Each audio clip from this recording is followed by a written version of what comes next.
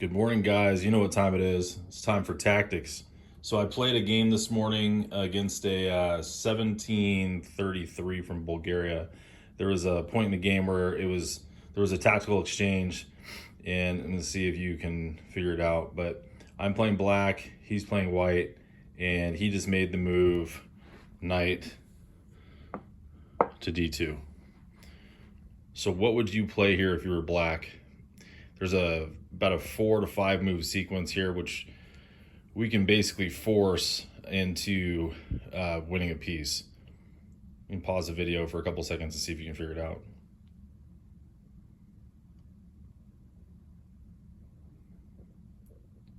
All right, so the move is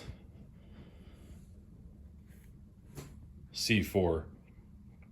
And the idea is my rook is on the open F file, and his rook had moved earlier from f1 to e1, so he really only has one defender on this f2 pawn, and now we have a discovered attack with my queen on that square as well. So I have two attackers to his one defender, and I'm also simultaneously pushing that pawn, and that might lead to something as well.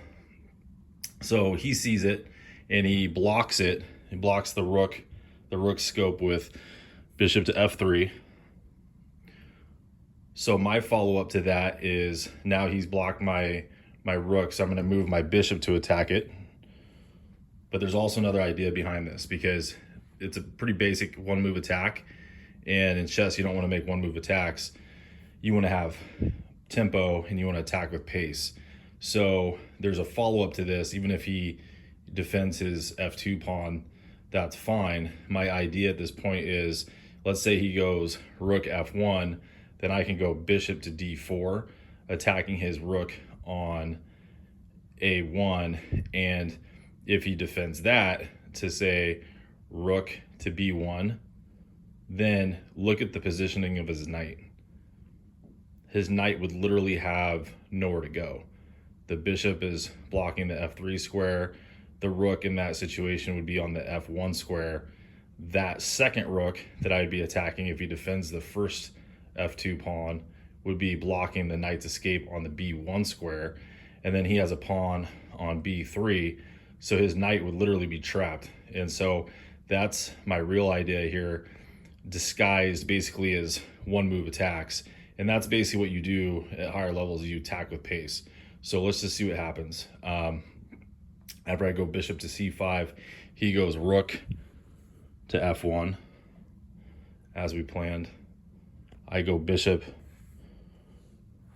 d4. He does exactly what we calculated, rook b1. And so what's the move here? Well, you got it. It's c3. That's what we were hoping for. And so he thinks for a minute, realizes there's no way to stop this, and so he has to lose his knight to a pawn. Comes here, and I win the knight. Now, of course, if you think a little bit further, he had a little bit of a counterattack after this, but it's okay. I mean, going into that exchange, I was already up a pawn. So he takes with this pawn, and now his rook is on the open b file. My pawn on b7 is attacked twice. I have to consider, do I move back to c7 and defend that pawn on b7, or do I counterattack? Well, you know how we play. We counterattack.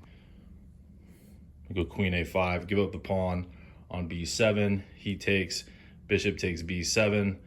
I take, bishop takes b7, rook takes b7, and then I go rook to a7, because you don't want to have the opponent's rook on the 7th, because that's very dangerous. You know, he could follow that up with queen g4 and striking at my g7 pawn. So these are all the thoughts that go through your mind, even on the follow-up after the knight trap.